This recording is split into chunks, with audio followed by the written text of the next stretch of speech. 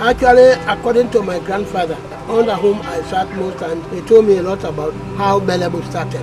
Belebu here, the name Bele in Mende means there is a tropical tree that provides a very heavy canopy. Its branches can spread up to about 100 meters. Villages have existed for centuries, often serving as the foundation of human settlement and communities. The origin of villages can be traced back to early agricultural practices as humans began to transition from a nomadic lifestyle to a more settled one. The need for a permanent place to live and cultivate crops arose. This leads to the establishment of villages, and Belebu village is one. Pa J.B. Swari explained the history of Belebu village in Sabi Salone as was explained to him by his late grandfather. People here call me Teacher Joe, but actually my official name is Joseph B. Swari, J.B. Swari. And I am a native of Belebu here, both paternal and maternal home. My great-grandfather was born here, so also in the maternal side, my great-grandmother, so that is my grandmother's own mother, they were all born in Belebu here. And I was born actually in the middle 40s because I can really remember exactly what happened from 1947 up to date. Only that I left Belebu here briefly for upbringing. I was carried to the north by my uncle, by my late uncle, who was a forester, Mr. Augustine Ansman Ababa. So actually my childhood was mostly spent in the north. That is why how I managed to actually speak fluently the Timini as well as my Mende language. In fact, at one point in time while in the north, I almost forgot the Mende, so I was almost a Timini. But from 1947, I witnessed the earth tremor that earth took in 1947. It was on a Friday. In fact, we were here harvesting under the coconut tree. The coconut tree fell, and also I had to climb to pick some, to do the picking of some. And so actually, according to my grandfather, under whom I sat most times before leaving, for the north, he told me a lot about how Belebu started.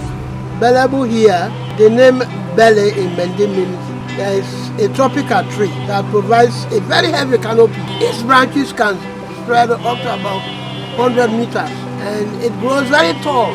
So when Pa Bele, the founder of this town, came, he had to put his hide out under this tree, the canopy of this tree. As a hunter, he was able to get a very good catch while sleeping under this tree. And after, according to my grandfather, a very good collection, he dried everything and took them to Liberia, where he joined his brother because he too came from Liberia. He was a Mende Gola by nationality. I think the mother was a Gullah and the father was a Mende. After the fall of Mali, I think they came, he was a member of the man's family. They came to Liberia, and after staying in Liberia for some time, they fell out with the leadership of Liberia. And so they found their way here. He was the first to come and establish himself. After the good catch, he took everything to Monrovia, to Liberia, where he was able to make a very good catch.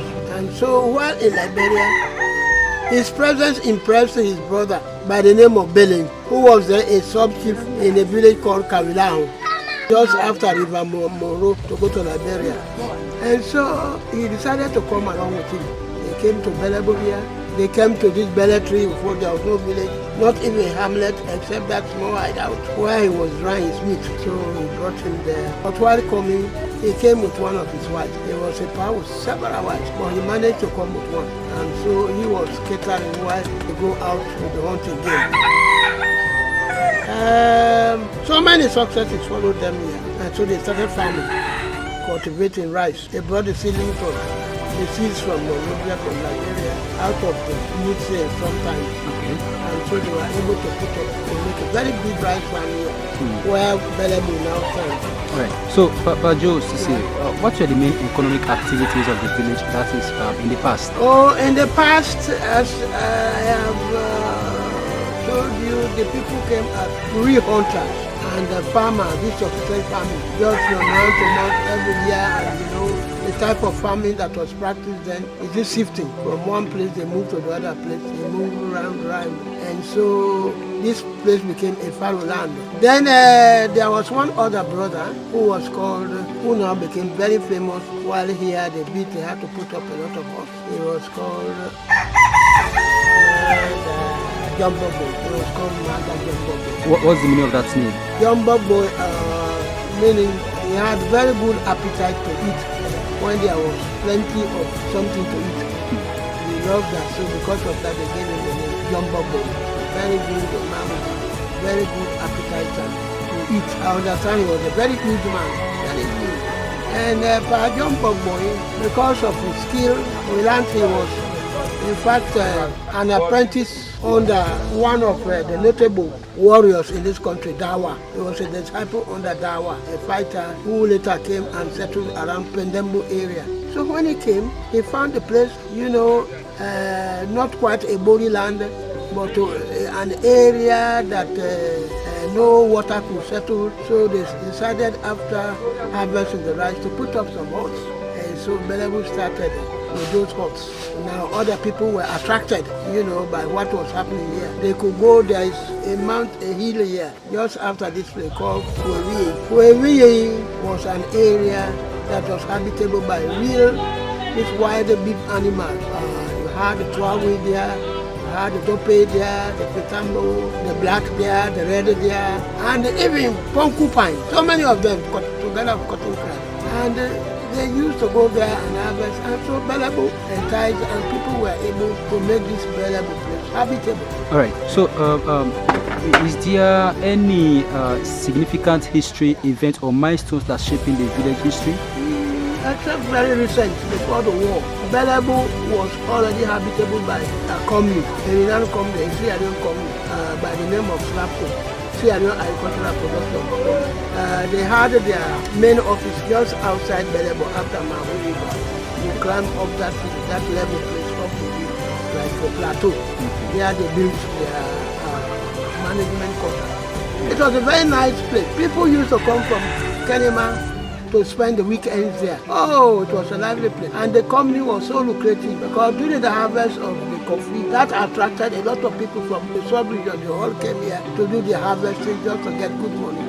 Okay. But Belebu fell out with the war. When the war broke out in 91, all the workers, the management, they all ran away to Bo and leaving the store at the mercy of the rebels. There was a very big, huge electric machine of generator, which was to be used to put alive the whole of Belebu, but that was carried away by the rebels. So that ended that with the war. The war vandalized everything. And but very fortunately, in the early company came, they said they want to take over that land and rehabilitate it. They met our paramount chief, Amagowe. He called on the authorities of the place, and we welcomed the idea. All right. Because we knew what the company used to give to the village. Okay. So they came in. Okay. So is there any notable landmark or building or structures that have historical significance in this village? I think Belebu, there is still plenty of land to do any developmental, to undertake any developmental.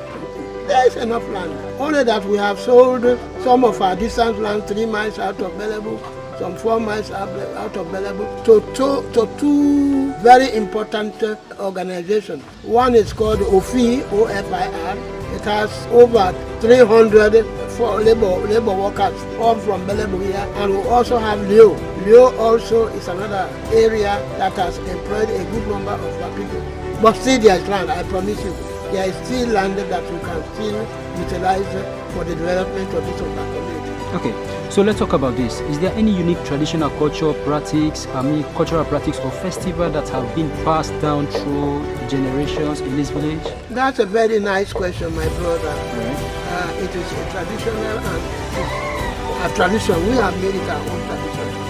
We have annual sacrificial celebrations here. We invite even people from Liberia. They do come who are from here. They come and they celebrate it.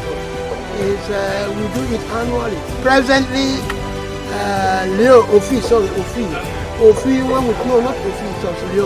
when we told them about this annual sacrificial ceremony. We said we used to hunt in this of our bush to get bush animals, to celebrate our annual festival. They decided to be giving us a cow every year.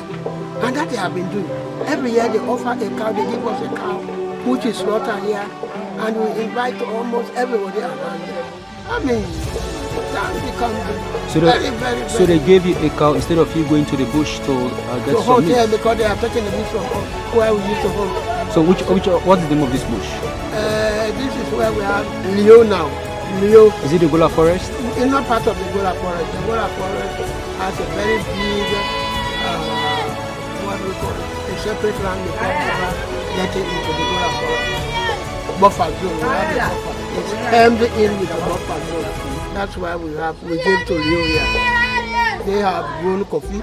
In fact, that coffee has started yielding some dividend, which they harvest, and they are getting good money. Both companies, Ophir and also Leo. Okay. But they are still on. All right. So has the village ever faced any major challenges or natural disaster in its history, and how did the community overcome them? As for the war, is phenomenal. The war, that one, we know what it does. Okay.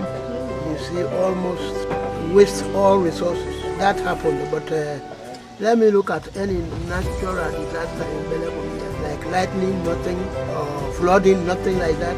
We have not experienced drought, no, nothing like that. Even when there was Ebola, that never reflected. Nobody suffered from Ebola. But we did not hear any word of Ebola in our chiefdom here. All right. Tonkia. Okay. So are there any interesting stories, legends, or folks associated with the village that reflects its history?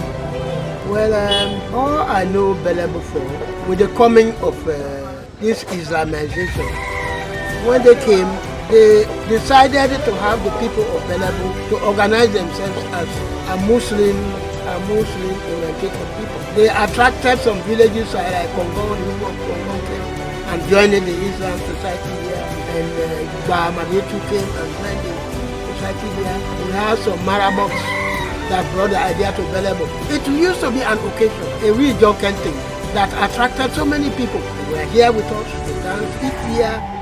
It was a real ceremony that had a landmark on the people of Belebu. Okay. In fact, it attracted people from outside that call it, the Mende name, I don't know whether, they call it Marodi. Okay, away from that, let's say, were there any prominent figures or families that play a significant role in shaping the village history? Well, we had one, his blessed soul is dead and gone. We had one fellow, he too spent most of his time in Liberia, working there as a teacher. But Belebu being his home, during the war he came as a displaced from Liberia, but later on as a refugee to Sierra Leone. That is later Kenema, late old man Kenema. Old man came, and after the war, he organized the people of Belebu and attracted some power saw workers, from Freetown, Bo, Kenema. Those who had power saw, they came to Belebu here, and they decided to do the harvest in a bush, in a rich bush. So with the proceeds, he was made leader, Joseph Kenema. Right. He was made leader of this organization. And it did very well for Belebu from the proceeds. Everything was, they used to give us a loyalty. Every soul that used to give a loyalty.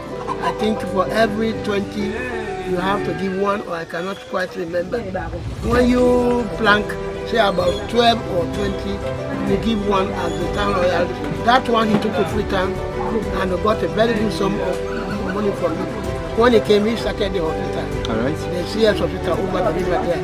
He started that one with that proceed. And now government came in, knowing that it was the first need of the community, they decided to make an extension. So there's one impressive building, just by Kenneth's own building. All right, Pastor, thank you very much for giving me the history of this village. Okay, I love your company and I've enjoyed your company. Thank you very much. All right. I wish you happy. All right, thank you.